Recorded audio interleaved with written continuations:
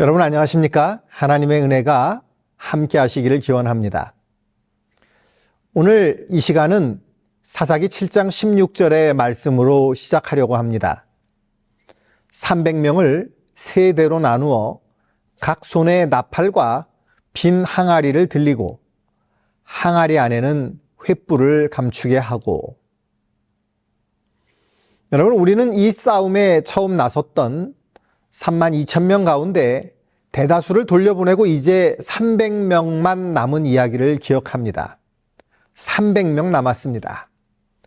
우리가 잘 아는 기드온과 300명의 용사가 이렇게 탄생하게 됐죠. 하나님이 이렇게 적은 숫자만을 남겨놓으신 이유를 우리는 이야기했습니다. 너희 숫자가 어지간히 되면 우리가 역시 싸움을 잘해 이렇게 딴소리를 할까봐 아예 말도 안 되는 숫자만 남겨놓고 다 보내버리게 했다고 하나님께서 말씀하셨죠. 여러분, 어차피 재래식 싸움에서 요즘처럼 총이나 칼이나 대포나 비행기 가지고 하는 싸움이 아니고 활 들고 칼 들고 하는 재래식 싸움에서 32,000명이 135,000명 이기기는 힘듭니다. 3만 명이나 300명이나 그거 별 차이 없다는 이야기입니다. 그런데 하나님께서는 확실하게 이것은 너희의 싸움이 아니다, 나의 싸움이다 라는 것을 보여주시기 위해서 나머지 사람들을 다 돌려보내시고 300명만 남게 하셨다고 말씀하셨습니다. 하나님께서 우리를 통해서도 하나님의 일을 이루시기를 원하시는데 그 일의 성패는 우리의 힘에 달려있는 것이 아니고 혹은 우리의 숫자에 달려있는 것이 아니고 예수님께 굴복한 사람이 정말 완전히 굴복한 사람이 몇 명이냐 되느냐에 달려있다는 이야기를 하나님께서 하고 계시는 것입니다. 그때와 마찬가지로 지금도 하나님은 인간의 노력을 통하여 일하고자 하십니다. 하나님은 연약한 도구들을 통하여 하나님의 큰 일을 성취하고자 하십니다. 우리가 우리의 힘을 모아서 하나님께로 나오면, 하나님께로 나와서 하나님의 일을 하려고 하면 돌아가라고 말씀하셔요. 왜요? 내 이름과 내 명예와 내 자존심과 내 교만함이 앞서면 될 일도 안 되기 때문에 그렇습니다. 그래서 돌아가라 이렇게 말씀하십니다. 자, 이제 오늘 그 300명에게 말도 안 되는 무장을 하게 하십니다. 우리 오늘의 주제의 성경절을 다시 한번 읽어보겠습니다. 사사기 7장 16절이죠. 300명을 세 대로 나누어 각 손에 나팔과 빈 항아리를 들리고 항아리 안에는 횃불을 감추게 하고. 뭘 나누어 주느냐 하면 칼 하나, 창 하나, 활 하나, 화살 10개 이렇게 나눠주는 게 아니고요. 나팔 하나, 항아리 하나, 횃불 하나 이렇게 나눠 줬다고요. 여러분, 하나님께서는 왜 기드온에게 그 300명에게 나팔 하나, 항아리 하나, 횃불 하나를 나눠주라고 하셨을까요? 나팔과 항아리와 횃불은 성경에서 각자가 가지고 있는 이미지가 있습니다. 성경은 맥락 없이 어떤 이야기를 하지 않죠. 그래서 이 시간에는 나팔과 항아리와 횃불이라는 것이 가지고 있는 특별한 의미들을 좀 살펴보려고 합니다. 먼저 횃불입니다. 성경에서 불이라고 하면 어떤 이미지가 있을까요? 불은 도대체 뭘 상징하고 나타낼까요? 불은 하나님, 특별히 아버지 하나님이 등장하실 때 혹은 성령 하나님께서 사람에게 등장하실 때의 모습입니다. 여러분, 성경에 그런 예가 많이 나올까요? 자, 모세가 광야에서 그 장인의 양떼들을 몰고 미디안 광야로 가지요. 그리고 거기서 다니다가 어느 날 보니까 한 나무에 불이 붙은 것을 보게 됩니다. 출애굽기 3장 2절 이야기죠. 여호와의 사자가 떨기나무 가운데로 나오는 불꽃 안에서 그에게 나타나시니라. 그가 보니 떨기나무에 불이 붙었으나 그 떨기나무가 사라지지 아니하는지라. 모세가 보니까 그 불이 붙은 나무가 타서 없어지지 않아요. 신기해서 그 앞으로 다가가지요. 그런데 모세는 그날 그곳에서 불 가운데에 말씀하시는 하나님의 음성을 듣습니다. 하나님께서 그 불 가운데에서 모세에게 말씀하시는 이야기 우리가 잘 알죠. 출애굽기 3장 5절에 보면 하나님이 말씀하십니다. 이리로 가까이 오지 말라. 네가 선 곳은 거룩한 땅이니 네 발에서 신을 벗어라. 이어지는 내용들은 모세에게 이렇게 말씀하시는 것이죠. 네가 가서 내 백성 이스라엘을 구원해라. 특별한 명령을 주십니다. 그런데 사실은 이때보다 훨씬 더 먼저 아브라함에게도 하나님이 나타나십니다. 그런데 아브라함에게 나타날 때에 어떤 모습으로 나타나셨을까요? 창세기 15장 17절입니다. 해가 져서 어두울 때에 연기 나는 화로가 보이며 타는 횃불이 쪼갠 고기 사이로 지나더라. 여러분, 이게 뭔 소리냐 하면 하나님께서 아브라함과 약속을 하시는데 아브라함에게 소와 양과 여러 재물들을 잡으라고 말씀하십니다. 그리고 그것을 반으로 쪼개지요. 왜 이런 일을 하느냐 하면 당시에 사람들이 어떤 계약을 할 때 바로 이런 방법을 사용했습니다. 소나 양을 잡아서 반으로 딱 쪼갭니다. 그리고 이것들을 이렇게 벌려 놓는 것이죠. 벌려 놓은 다음에 계약 당사자 2명이 손을 잡고 그 사이를 지나갑니다. 그리고 지나간 다음에 이렇게 말하는 것이죠. 이 계약을 깨뜨리는 사람은 저것들 같이 될 것이다. 여러분, 계약치고는 어마어마하죠? 예, 이 약속을 깨뜨리면 저것들처럼 반으로 쪼개질 거다. 이런 이야기입니다. 하나님께서는 사람들이 약속할 때 하는 이 방법을 아셨기 때문에 아브라함에게 너 이것들을 다 쪼개 놔라. 그것들을 쪼개 놓으니 그 사이로 지나가시는 겁니다.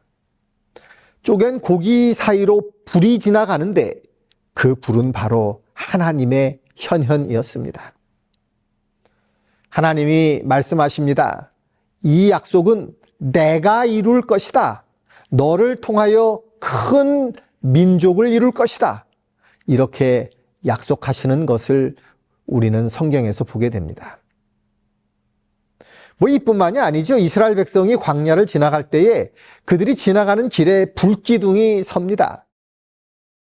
민수기 14장 14절 보면 이 땅 거주민에게 전하리이다. 주 여호와께서 이 백성 중에 계심을 그들도 들었으니 곧 주 여호와께서 대면하여 보이시며 주의 구름이 그들 위에 섰으며 주께서 낮에는 구름 기둥 가운데에서 밤에는 불 기둥 가운데에서 그들 앞에 행하시는 것이니이다.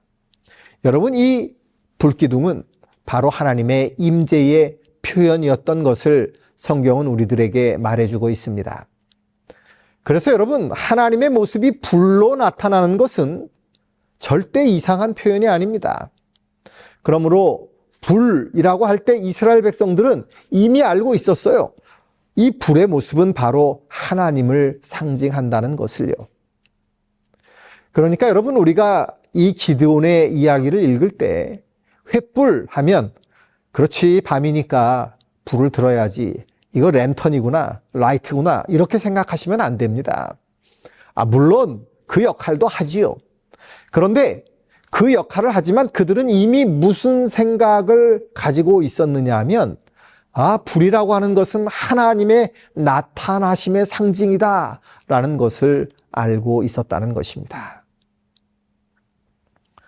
두 번째는 나팔입니다. 여러분, 나팔은 무엇의 상징일까요?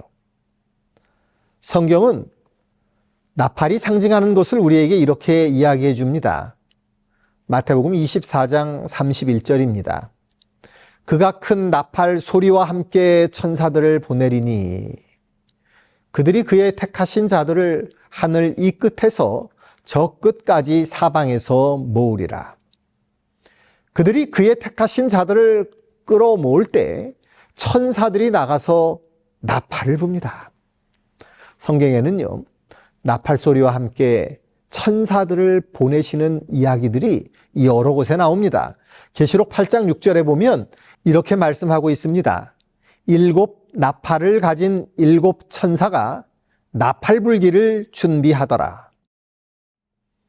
요한계시록에 보면 7 천사가 나타나는데 그 7 천사들이 다 나팔을 가지고 있습니다. 천사들이 나팔을 가지고 외치는 것이죠. 그리고 우리는 또한 세 천사의 기별, 그 마지막 시대를 향하여 외치는 소리를 듣게 됩니다. 그리고 그것을 우리는 마지막 때의 나팔 소리라고 이야기를 하죠. 천사들은 나팔을 붑니다. 왜 나팔을 천사들의 이미지로 활용할까요? 천사들은요, 하나님의 말씀을 백성들에게 전하는 존재들입니다. 하나님의 뜻을 외치는 존재들이죠. 그렇기 때문에 멀리서 외치기 위해 사용했던 것, 무엇인가를 알리기 위해 사용했던 것, 바로 그 의미를 전달하기 위해서 사용했던 그 나팔, 그것이 바로 천사들의 이미지라고 할 수 있습니다. 자, 여러분, 이제 뭐가 남았을까요? 항아리가 남았습니다. 항아리는 무엇의 상징이죠? 성경에서 항아리는 한 가지의 상징으로 나타납니다. 고린도후서 4장 7절을 함께 보겠습니다. 여기에 보면 우리가 이 보배를, 이 보배는 뭐냐면 복음과 하나님의 말씀이죠. 그 보배를 질그릇에 가졌으니, 하나님의 말씀을 질그릇에 담아 가지고 있다고 말합니다. 여러분, 이게 무슨 얘기죠?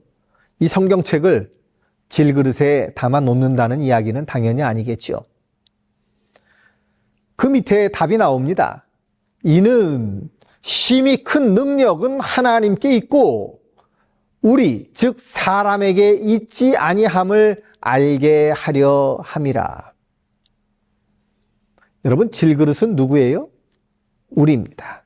하나님의 말씀과 하나님의 능력을 담고 있는 질그릇은 바로 우리들을 묘사하고 있습니다.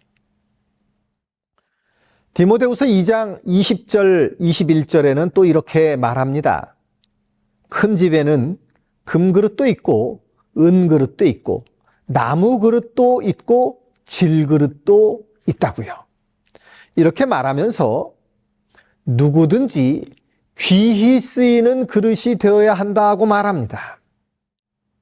여러분, 이 그릇이 뭘까요? 사람이죠.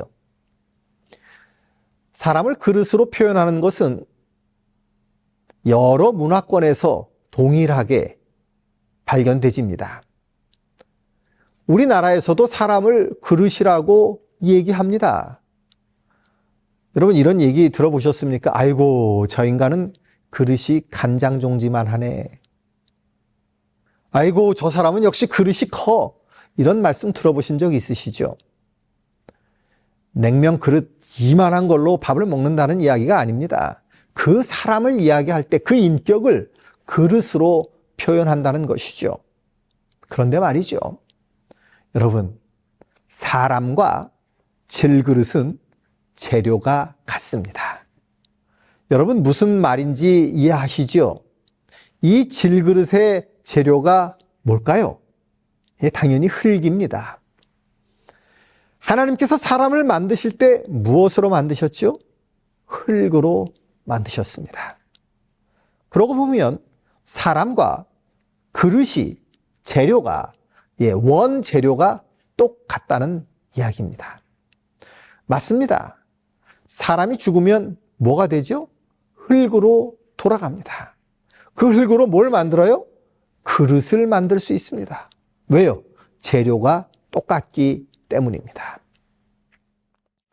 창세기 2장에는 하나님이 흙으로 사람을 만드시고 그 코에 생기를 불어 넣어 주시니까 살아서 움직이는 존재가 됐다고 말씀하고 있습니다.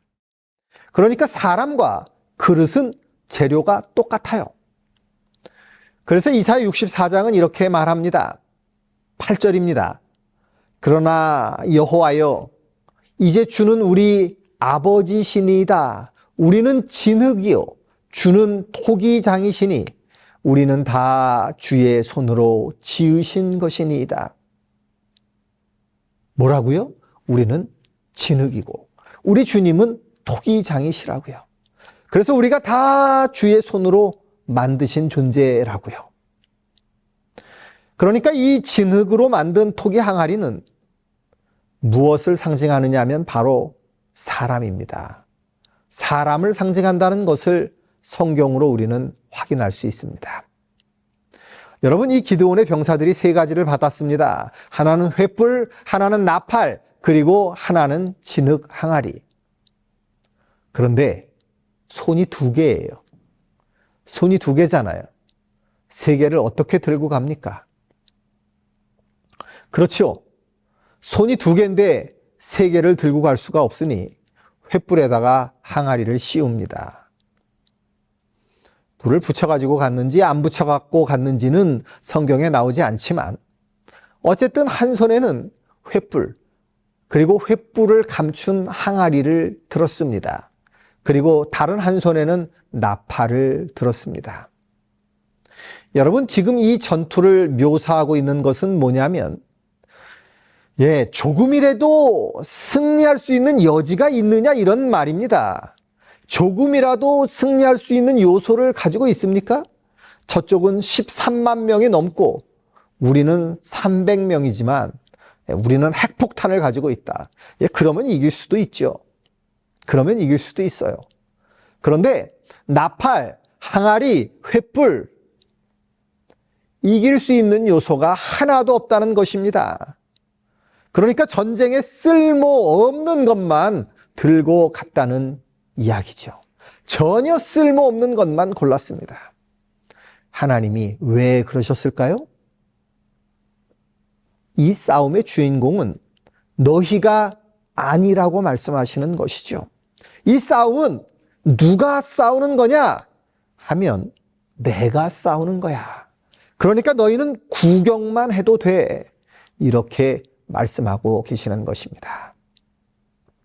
여러분, 우리에게 영적인 싸움들이 있는데 이 싸움에 나갈 때 하나님께서 우리에게 조금이라도 사탄을 이길 만한 능력을 우리에게 요구하신다면 우리는 아무것도 없어요. 사실은 사탄을 이길 만한 게 없어요. 지혜가 있습니까? 여러분, 사탄보다 우리가 더 똑똑할까요? 사탄보다 인내력이 더 강할까요? 사탄보다 더 오래 살았을까요? 사탄보다 우리가 힘이 더 셀까요? 아니요. 능력이 하나도 없다는 겁니다. 그런데 능력이 하나도 없지만 이 싸움은 내 싸움이다. 내 싸움. 그러니까 너희는 염려하지 말라고 하나님께서 말씀하십니다. 이 이야기에서 지금 기드온이 나오고 300 용사들이 나오는데 여러분, 말이 300 용사지 이 사람들은 사실은 용사가 아니에요. 용사가 아니고 농사 짓다가 장사하다가 양 치다가 오라니까 온 사람들이에요. 상비군이 아니었다는 이야기입니다. 집에서 그저 자기 일 하다가 싸우러 오래. 그러니까 그래 하고 뭐 둘러보니까 무기도 없어요. 곡괭이라도 들고 갈까 하고 온 사람들입니다. 결과적으로 싸움에 이겨서 용사가 돼서 우리가 300용사라고 부르는 거지, 원래부터 싸움 잘하는 사람 300명 추린 게 아니라는 겁니다. 그렇죠. 지금 이 시대의 이스라엘에게는 상비군이 없었어요. 게다가 그들이 가진 것은 하나도 쓸모없는 도구들이었습니다. 그저 이 싸움에서 그들은 하나님의 도구일 뿐이었습니다. 여러분, 근데 잘 한번 생각해 봅시다. 무기가 좋으면 항상 전쟁에서 이길까요? 무장을 잘한 사람이 항상 전쟁에서 이길까요? 역사에 보면 재밌는 이야기들이 많이 있습니다. 3차 십자군 전쟁 때의 이야기입니다. 여러분, 이 3차 십자군 전쟁은 기독교, 그러니까 유럽에 있는 기독교, 당시에는 가톨릭이죠. 가톨릭 세력들이 예루살렘, 즉 팔레스타인에 있는 예루살렘이 이슬람에 점령이 되자 우리가 가서 되찾자, 이렇게 해서 싸움이 시작됩니다. 물론 그 외에 여러 가지 문제들이 있죠. 그런데 그것들은 다 차치하고 이 3차 십자군 전쟁에는 유럽에서 가장 쟁쟁한 사람들이 나섰습니다. 첫 번째로 이 십자군에 나선 사람이 누구였냐면 그 유명한 영국의 사자심왕, 사자의 마음을 가진 왕이라고 해서 사자심왕이라고 하는 리차드. 그 로빈 후드에 나오는 그 유명한 왕, 그 사자심왕 리차드가 출전을 합니다. 이 사람이 어떻게 예루살렘으로 가기로 했느냐 하면 그의 군대를 둘로 나눠서 하나는 이렇게 육지로, 그리고 하나는 배로 이 사람들을 운송해서 예루살렘까지 가겠다, 이렇게 작전을 세워서 출발합니다. 여러분, 이 사자심왕 리차드는 서양 역사에서 가장 싸움을 잘하는 사람으로 알려져 있는 사람이었죠. 그런데 두 번째 왕이 나섭니다. 이 사람은 바로 프랑스의 왕이었던 필립 2세입니다. 이 필립 2세는 당시 역대급으로 강한 프랑스의 왕으로 알려져 있는데, 이 프랑스 왕 필립 2세가 파리에서부터 이 파란색 길을 따라서 예루살렘까지 가겠다고 계획을 세웠습니다. 여러분, 유럽에서 가장 센 세 나라 하면 영국, 프랑스, 이제 어느 나라 남았을까요? 독일입니다. 지금의 독일, 당시에는 신성 로마 제국이었죠. 이 신성 로마 제국의 황제가 있었는데 그 사람은 프리드리히 1세라고 하는 사람입니다. 아주 어마어마한 사람입니다. 이 신성 로마 제국을 주변 나라들을 다 점령해서 유럽에서 가장 강한 나라로 만든 사람이 이 프리드리히 1세였습니다. 이 사람은 지금의 독일, 그러니까 여기서부터 완전히 육로로 지금의 발칸반도 쪽으로 해서 터키를 지나서 그 다음에 예루살렘까지 육로로 가겠다, 이런 계획을 세웠습니다. 여러분, 영국, 프랑스, 독일, 신성 로마 제국, 이 연합을 했습니다. 당시 유럽 거의 전체라고 해도 과언이 아닙니다. 이 당시에는 미국이 없었으니까 이 세 나라가 합치면 세상에서 가장 강력한 군대가 되겠죠. 이제 이슬람 쪽에서 이들과 맞서서 싸워야 되는 사람이 있었습니다. 술탄 살라흐 앗딘, 줄여서 그냥 살라딘이라고 하는 사람이었습니다. 이 살라딘이 세 나라에서 왕들이 오는데 누구를 제일 두려워했을까요? 그러니까 누구의 군대가 가장 세다고 생각을 했느냐 하면 바로 이 신성 로마 제국의 황제 프리드리히였습니다. 이 사람은 별명이 있었는데 바로 붉은 수염이라는 별명이 있었어요. 여러분, 여기 이 초상화를 보시면 수염이 붉은 색깔 아닙니까? 그래서 붉은 수염이라는 별명을 가지고 있었는데, 당시에 붉은 수염이 온다 그러면 애들도 다 울음을 그쳤다고 할 정도로 아주 무서운 사람이었습니다. 그런 사람이 군대를 이끌고 오는데 기병 3,000명, 보병 8만 명을 이끌고 오고 있었습니다. 그리고 강한 군대다 보니까 행군도 제일 빨라서 가장 먼저 살라딘과 이 신성 로마 제국의 군대가 맞부딪히게 됐습니다. 여러분, 이 붉은 수염의 군대가 전진을 어떻게 했느냐 하면, 가다가 이슬람 성이 있으면 문 열어라 이렇게 이야기를 합니다. 열어주면 접수하고, 안 열어주면 성을 완전히 다 부숴서 가루로 만들어 버리고 모든 사람을 다 죽여버렸어요. 그 성 안에 살고 있는 사람 모두를 다 죽였습니다. 이렇게 착착 전진을 해 내려가는데 지금의 터키 땅까지 쉽게 내려갑니다. 여러분, 이 살라딘과 프리드리히의 맞대결이 이제 일어나기 직전이었습니다. 프리드리히는 얼마나 자신감이 있었는지 살라딘에게 또 편지를 보냅니다. 야, 너도 항복해.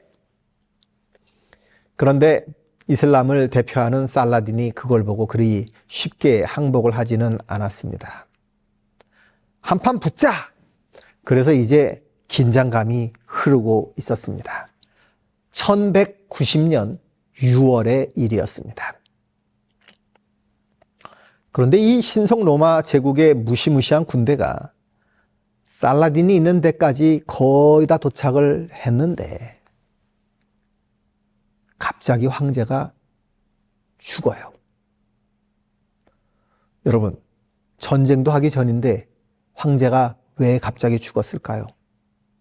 병에 걸린 것도 아니었어요. 도대체 왜 죽었을까요? 여러분, 당시에 이 유럽 기사나 왕들이 정말 어마어마하게 무장하고 다닌 것 여러분 다 아시죠? 옷을 이렇게 입고 다녔습니다. 이 황제도요, 머리끝에서부터 발끝까지 쇠로 만든 옷을 입고 긴 쇠로 만든 창을 들고 말을 타고 가는데 지금의 터키의 코냐라고 하는 지방에 도착합니다. 이제 강 하나만 건너가면 바로 살라딘이 있는 성이 얼마 멀지 않은데 그 강이라는 것이 얼마나 깊었냐면 여러분, 이 무릎에서 조금 더 올라왔다 그래요. 예, 무릎에서 조금 더 올라왔어요. 그 정도면 그냥 건너갈 수 있지 않겠습니까? 군대가 척후병을 보냈습니다. 그래서 여러 척후병들이 그 강을 건너봤어요. 그랬더니 제일 깊은 곳도 이 무릎에서 조금 더 올라오는 정도밖에 안 되는 겁니다. 그러니 주력 부대인 기병, 당연히 황제도 말을 탔을 테니까요. 그 말을 탄 군대가 그거 못 건너가겠습니까? 보병들도 당연히 그냥 건너갈 수 있는 정도의 깊이였습니다. 황제가 그 보고를 받고 이렇게 명령합니다. 야, 그냥 건너가자. 그리고서 그 강을 건너가는데 중간쯤 왔는데 황제가 탄 말이 무엇인가에 깜짝 놀랐습니다. 그래서 앞발을 들고 뜁니다. 그런데 그때 황제가 말에서 떨어져 버려요. 여러분, 저 쇠로 만든 옷을 입고 물에 철퍼덕 떨어져 버렸습니다. 무장을 확실하게 했거든요. 여러분, 저 옷의 단점이 뭔지 아십니까? 너무 무거워서요, 혼자서 일어나지 못한다는 것입니다. 그래서 평소에도요, 그 옷을 입으려면 여러 사람들이 그 옷을 입혀줘야 되는 거예요. 넘어지면 절대 혼자 못 일어납니다. 황제가 물에 빠지자마자 당황한 부관들이 말에서 뛰어내려서 달려가서 황제를 물에서 일으킵니다. 한 3분 걸렸습니다. 왜 3분이나 걸렸냐고요? 부관들도 무장을 하고 있으니까요. 한 3분 걸렸는데 그 3분 동안 익사했습니다. 왜냐하면 옷이 다 쇠니까, 머리끝부터 발끝까지 다 쇠니까 그걸 일으키지를 못한 겁니다. 무릎 깊이밖에 안 되는 물에 빠져서 황제가 죽고 만 것입니다. 여러분, 이 전쟁이 어떻게 됐을까요? 황제가 죽었다는 소식이 들려오자마자 이 신성 로마 제국의 군대는 아무도 예루살렘으로 갈 마음을 먹지 않고 다 도망가 버렸습니다. 그리고 이 신성 로마 제국의 군대와 가장 강력한 군대와 이슬람 군대의 전쟁은 한 번도 붙어보지도 못하고 이슬람의 승리로 끝나버리고 말았습니다. 여러분, 무장을 머리끝부터 발끝까지 했다고 꼭 유리한 건 아닙니다. 문제는 정말 그 전쟁에서 사용할 수 있는 힘이 누구에게 있느냐 하는 것이죠. 그 전쟁에서 써먹을 수 있는 무기가 그 사람 손에 있느냐 하는 것이 훨씬 더 중요한 것입니다. 과도하게 무장을 해도 오히려 운신의 폭을 줄일 수 있다는 이야기죠. 여러분, 우리의 무기는 뭘까요? 고린도후서 10장 4절에 보면 이렇게 말합니다. 우리의 싸우는 무기는 육신에 속한 것이 아니요 오직 어떠한 견고한 짐도 무너뜨리는 하나님의 능력이라. 이렇게 말합니다. 어떤 견고한 짐도 무너뜨리는 하나님의 능력이라. 여러분, 이 능력이라는 말이 바울이 쓴 그 헬라어에는 뭐라고 되어 있느냐 하면 두나미스라고 되어 있는데, 그 두나미스라는 말에서 현재 영어에 다이너마이트라는 말이 나옵니다. 여러분, 다이너마이트가 얼마나 강력한지 아시죠? 그러니까 이렇게 이야기할 수 있어요. 여기에 어떤 짐도 무너뜨리는 하나님의 능력이 있는데, 즉 다이너마이트 같은 강력한 힘을 가지고 있다는 것입니다.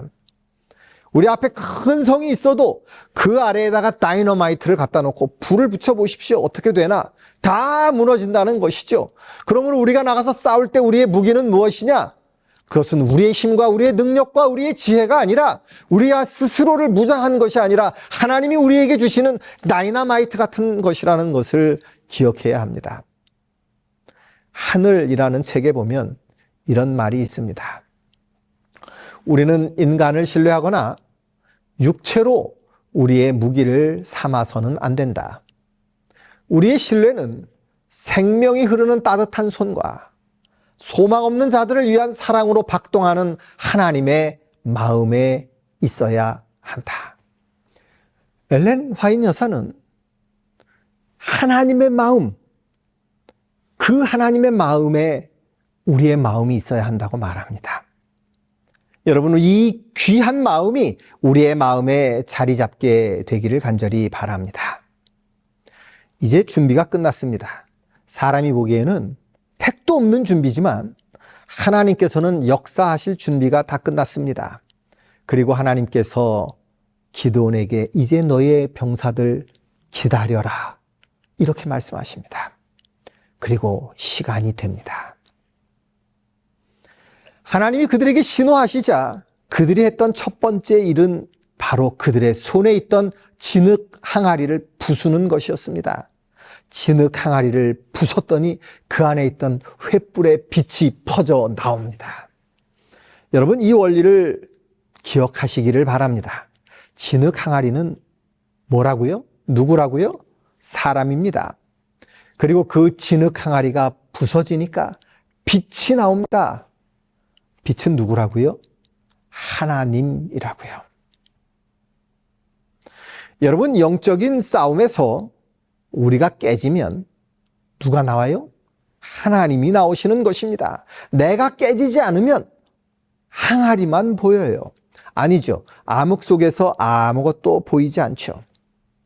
그러나 우리가 깨지면, 내가 깨지면 횃불과 같은 하나님의 능력이 세상을 비추는 것입니다.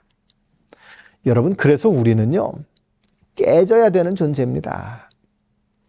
우리의 자만심을 깨뜨리고 우리의 고집을 깨뜨리고 생각을 깨뜨릴 때 우리는 하나님의 빛을 세상에 비출 수가 있습니다. 증언보감에 있는 말씀입니다. 그대가 자아를 위하여 생활하는 동안은 하나님의 뜻을 알지 못하고 알 수도 없다. 그대는 그대의 선한 의도와 결심에 의존하며 그대의 생애의 중요한 줄거리는 마음먹은 결심과 허물어진 결심으로 구성된다. 그대에게 필요한 모든 것은 자아에 대하여 죽고 자아에 의존하는 일을 그치고 하나님께 굴복하는 것이다. 우리에게 필요한 것은 자아에 대하여 죽고, 항아리가 깨져야 된다는 것이죠. 자아에 의존하는 일을 그치고 하나님께 굴복하는 것, 그것이 하나님의 빛이 퍼져 나올 수 있는 유일한 방법입니다. 여러분, 우리가 할 수 있는 일은 없습니다. 하나님께 우리를 온전히 맡기는 것 외에는 없다는 것을 기억해야 합니다. 우리는 기드온의 삶이 자기 자신을 깨뜨리는 삶이었음을 보게 됩니다. 자기 자신을 깨뜨릴 때 하나님께서 드러나셨다는 것을 알게 되는 것이죠. 이사야서에 있는 말씀입니다. 질그릇 조각 중 한 조각 같은 자가 자기를 지으신 자로 더불어 다툴진대 화 있을진저 지늘기 토기장이를 대하여 너는 무엇을 만드느냐 할 수 있겠으며 너의 만든 것이 너를 가리켜 그는 손이 없다 할 수 있겠느냐. 우리가 하나님 앞에 나서서 나의 의지와 하나님의 의지가 다투는 그런 일을 해서는 안 됩니다. 하나님의 뜻이 무엇인지, 하나님의 빛이 어디에 있는지를 살피는 주님의 백성들이 되시기를 간절히 바랍니다. 질그릇이 깨졌습니다. 그리고 하나님의 빛이 드러났습니다.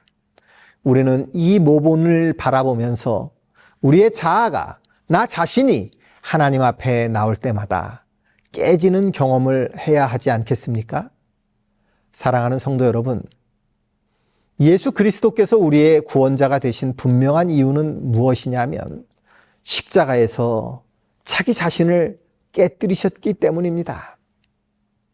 십자가에서 자신이 깨지셨기 때문에 예수님을 통해서 아버지 하나님의 온전하신 뜻이 드러났고 이제 우리의 구원을 이루셨음을 우리는 말씀을 통해 확인하게 됩니다. 사랑하는 재림 성도 여러분, 그 알량한 항아리를 깨뜨리십시오. 그리고 그 안에 숨겨져 있는 빛이 뿜어져 나오도록 우리 하나님께 자리를 내드리시기를 간절히 바랍니다. 예수 그리스도께서 그러셨던 것처럼 우리 스스로를 깨뜨리고 하나님의 빛이 세상을 향해 나오도록 우리 주님 앞에 우리를 헌신하는 주의 백성들이 되시기를 바라면서 오늘 말씀을 마치겠습니다.